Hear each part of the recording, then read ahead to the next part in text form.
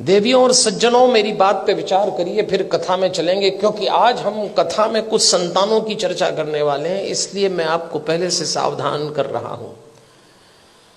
संतान पालना मुश्किल काम हो गया। क्यों हो गया मुश्किल काम? 50-60 साल पहले भारत के घरों में बच्चे आदेश आधारित सिद्धांत पर पाले गए। इसको अंग्रेजी में कहते हैं इंस्ट्रक्शन बेस्ड थ्योरी। 50-60 साल पहले, उनमें से कुछ लोग बैठे होंगे, घर का कोई एक सदस्य, दादा हो, पिता हो, बड़ा भाई, आदेश देता था और सबको पालना था। कोई चांस नहीं था माना करने का। आदेश आधारित सिद्धांत पे संतानें पाली गई और योग्य भी हो गई। समय बीत गया, वो सिद्धांत चला गया, दूसरा आया, और दूसरा सिद्धांत आया विचार विमर्श पर आधारित। इसको डिस्कशन बेस्ड थ्योरी कहते हैं।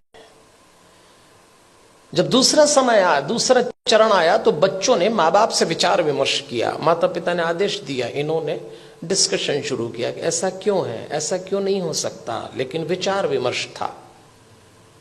और विचार विमर्श करने वाले बच्चों ने अंत में कहा कि बात समझ में तो नहीं आ रही, पर आप जैसा कह रहे हैं मान लेते थे। वो समय भी चला गया।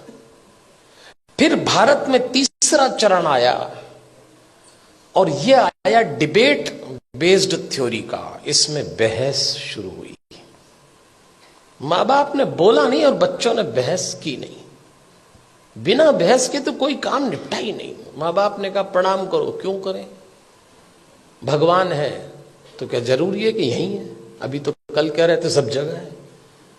अरे तो हम कर रहे हैं तो तुम करो। अरे तो आप कर रहे हो तो हम क्यों करें?